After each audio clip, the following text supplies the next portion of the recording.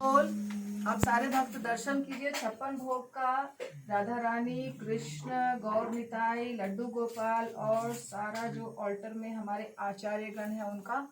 और आप देखिए कि ये 56 भोग लगा है। हम 56 और 56 से बहुत ज्यादा जितना मन है उतना आप भोग बना सकते हैं। यहाँ जितने पदार्थ हैं इसमें किसी में प्याज लहसुन नहीं पड़ा है और बहुत सारी वर्जित चीजें होती हैं, वो सारी चीजें कॉफी चॉकलेट कुछ भी नहीं पड़ा है। फिर भी भक्तगण इतने सारे भोग बनाए हैं और हम 100 से भी ज्यादा बनाते हैं, 1000 भी बनाते हैं। ये आपके ऊपर है कि आप कैसे बना सकते हैं। तो आपको जन्माष्टमी में या ऐसे भी जब आपको इच्छा हो आपको भगवान का ऐसे ही भोग लगाना चाहिए। तो हमने आज सुबह से भगवान की पूरी तैयारी की। पहले भगवान को हमने सफ़ेद वस्त्र पहनाए और फिर उसके बाद हमने उनका अभिषेक किया। दूध से, दही से, घी से, शहद से और चीनी के पानी से, फल के रसों के साथ हमने अभिषेक किया उनका। और फिर अभिषेक हो जाने के बाद हमने उनकी वापस जो ड्रेसिंग होती है वो किया। फिर भगवान को भोग लगाया।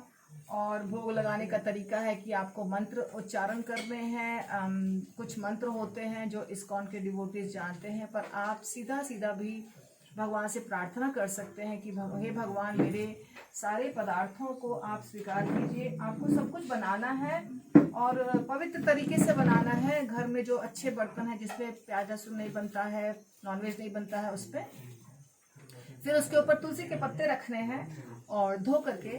और फिर उसके बाद आपको भगवान से रिक्वेस्ट करना है, विनती करनी कि हे भगवान आप ये ग्रहण कीजिए। इसके बाद आपको ऑल्टर का पर्दा बंद कर देना है और कम से कम 15 मिनट या तो फिर आधा घंटा आपको उनको छोड़ देना ऐसे बंद।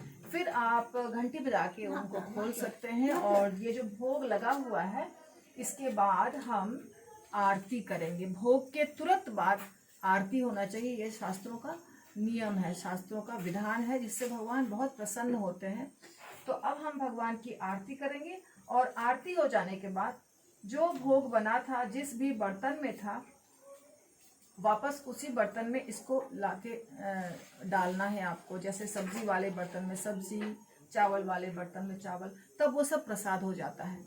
और उसके बाद आप एंजॉय कीजिए, आनंद उठाइए, नाचिए, गाइए। और आरती के तुरंत बाद नृत्य भी होना चाहिए। ये भगवान को बहुत पसंद है कि भोग लगे फिर आरती हो और आरती के बाद नृत्य हो। तो हम लोग अभी आरती करेंगे। हरि बोल। हरि बोल।